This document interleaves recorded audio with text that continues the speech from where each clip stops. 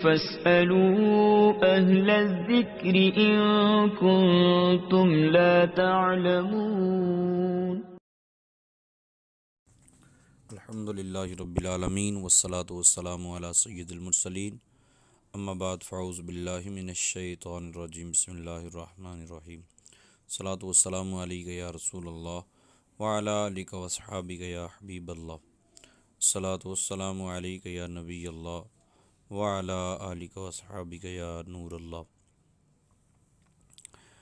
سلسلہ انوار قرآن اور سلسلہ نمبر 20 کے ساتھ ہم آج پھر حاضر خدمت ہیں۔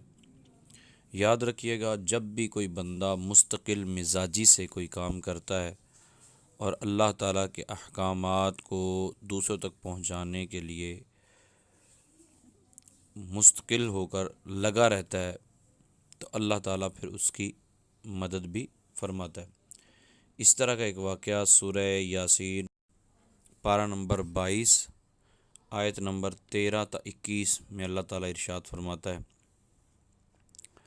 کہ وَاضْرِبْ لَهُمْ مَثَلًا أَصْحَابَ الْقَرْيَةِ إِذْ جَاءَهَا الْمُرْسَلُونَ إِذْ أَرْسَلْنَا إِلَيْهِمُ اثْنَيْنِ فَكَذَّبُوهُمَا فَعَزَّزْنَا بِثَالِثٍ فَقَالُوا إِنَّا إِلَيْكُمْ مُرْسَلُونَ قَالُوا مَا أَنْتُمْ إِلَّا بَشَرٌ مِثْلُنَا وَمَا أَنزَلَ الرَّحْمَنُ مِنْ شَيْءٍ إِنْ أَنْتُمْ إِلَّا تَكْذِبُونَ۔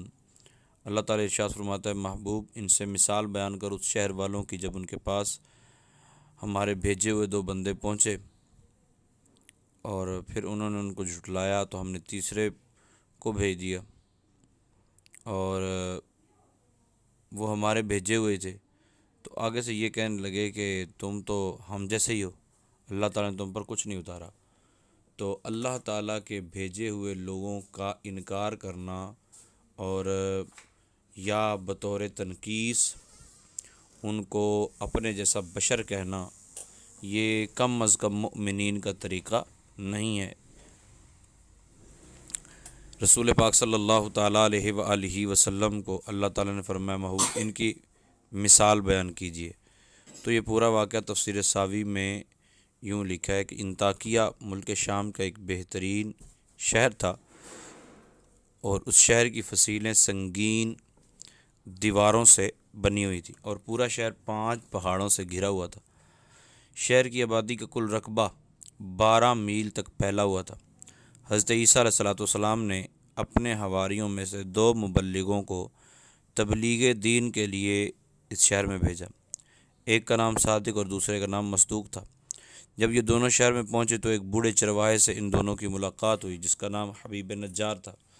سلام کے بعد حبیب نجار نے پوچھا کہ آپ لوگ کون ہیں اور کہاں سے آئے اور مقصد کیا ہے؟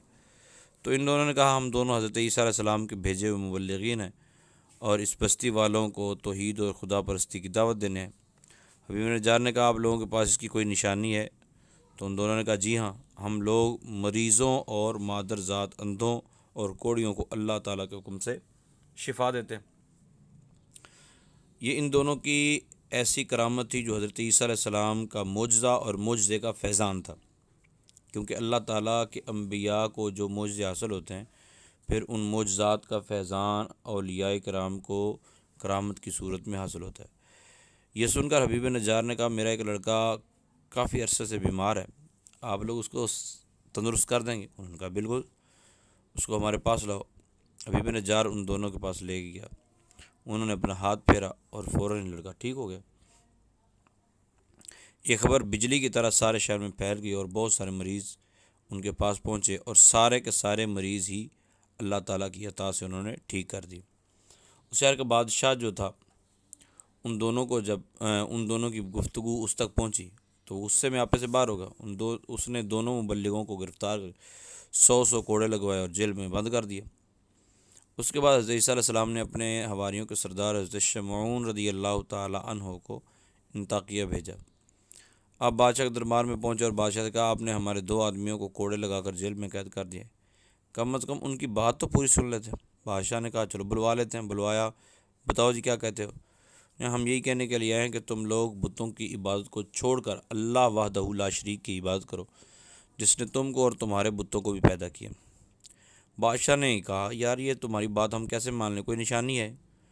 تو ان دونوں نے کہا ہاں ہمارے پاس نشانی ہے، ہم مادرزاد اندھے کو شفا دیتے ہیں۔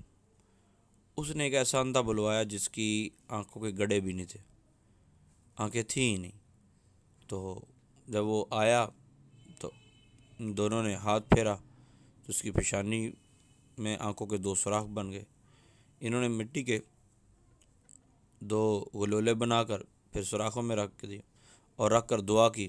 جب دونوں نے دعا کی تو اللہ تعالیٰ نے ان آنکھوں کو روشن کر دیا، مطلب مٹی کے گلولے آنکھیں بن کر روشن ہو گئے اور مادرزاد اندھا جو ہے وہ دیکھنے والا بن گیا۔ حضرت شمون نے کہا بادشاہ کیا تمہارے بتوں میں بھی یہ قدرت ہے؟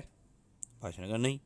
تو حضرت شمون نے فرمایا کہ پھر تم اس کی عبادت کیوں نہیں کرتے جو ایسی قدرت والا ہے کہ اندھے کو آنکھیں عطا فرما دیتا ہے؟ اب بات یہاں بڑی انٹرسٹنگ ہے، وہ یہ ہے کہ حضرت شمون نے بادشاہ سے پوچھا کہ تمہارے بتوں میں یہ طاقت ہے؟ انہوں نے کہا نہیں، لیکن ادھر جو طاقت اللہ تعالیٰ کی وہ ثابت کر رہے تھے، وہ طاقت یہ تھی کہ اس کے ولی یہ کام کرتے ہیں۔ تو اگر ہمیں کوئی یہ طعنہ دیتا ہے کہ دیکھو جی تم مندر جاتے ہو، ہم ہی مندر جاتے ہیں، تم مزار جاتے ہو، یہ ہوتا ہے تو وہ ہوتا ہے تو فلاں ہوتا ہے، تو تم میں اور ہم میں کیا فرق ہے؟ تو ہم اس کو جواب یہ دیتے ہیں کہ بات سنو دھیان سے، جتنی قدرت ہندوؤں کے بتوں میں نہیں، جتنی قدرت ہندوؤں کے خداؤں میں بھی نہیں ہے، اس سے زیادہ بلکہ اس سے کئی ہزار گنا زیادہ قدرت ہمارے رب کے بندوں میں موجود ہے۔ ٹھیک ہے نا؟ یہ ہے توحید۔ یہ توحید نہیں ہے کہ بندے کچھ بھی نہیں کر سکتے، بس اللہ ہی کر سکتا ہے اور اللہ تعالیٰ نے کسی کو کچھ نہیں دیا، یہ توحید نہیں۔ توحید یہ ہے کہ اللہ سب کچھ کر سکتا ہے لیکن اس نے اپنے بندوں کو کمالات عطا فرمائے، جس طرح عیسیٰ علیہ السلام کے حواریوں کو وہ ملا مقام۔ بادشاہ بڑا حیران ہوا، تو بادشاہ نے کہا تمہارا خدا مردوں کو زندہ کر سکتا ہے؟ انہوں نے کہا بالکل کر سکتا ہے۔ انہوں نے کہا اچھا جی ہمارے پاس ایک لڑکا فوت ہوا ہے، کافی دنوں سے وہ فوت ہوا ہے، تو میں نے اس کے باپ کے انتظار میں اس کو دفن نہیں کیا، اب اس کو زندہ کر سکتے ہو؟ بادشاہ ان تینوں کو لے کر اس لڑکے کی لاش کے پاس چلا گیا۔ اب تینوں نے دعا مانگی تو اللہ تعالیٰ کے حکم سے وہ مردہ زندہ ہو گیا۔ تو مطلب یہ ہے کہ مردہ زندہ کیا اللہ کے بندوں نے، لیکن بادشاہ نے بھی اور سب نے یہ سمجھا کہ یہ اللہ تعالیٰ ہی نے کیا ہے۔ تو اللہ کے ولی جو بھی کرتے ہیں حقیقت میں وہ اللہ کا ہی کرنا ہوتا ہے، اللہ کے ولیوں سے مانگا جائے تو حقیقت میں وہ اللہ سے ہی مانگنا ہوتا ہے۔ تو بہرحال بادشاہ کلمہ گو ہو گیا۔ اس کی وجہ یہ تھی کہ وہ لڑکا جو زندہ ہوا نا، اس نے کہا کہ میں فوت ہوا تو میں حالت کفر میں تھا اور میں عذاب میں مبتلا کیا گیا، تو میں تمہیں نصیحت کرتا ہوں کہ عیسیٰ علیہ السلام کا کلمہ پڑھ لو۔ تو بادشاہ اور باقی اس کے کئی جو ماننے والے چاہنے والے تھے وہ سارے کے سارے مومن ہو گئے۔ یہ منظر دیکھ کر اور مردے کی تقریر سن کر جب سارے مومن ہو گئے تو پھر بھی کچھ ایسے بدبخت تھے جو رہ گئے باقی، وہ بتوں کی محبت میں عقل اور ہوش کھو چکے تھے، وہ ایمان نہیں لائے بلکہ انہوں نے حبیب نجار کو قتل کر دیا۔ تو ان مردودوں پر پھر عذاب آیا اور اللہ تعالیٰ نے ان کو ہلاک کر دیا۔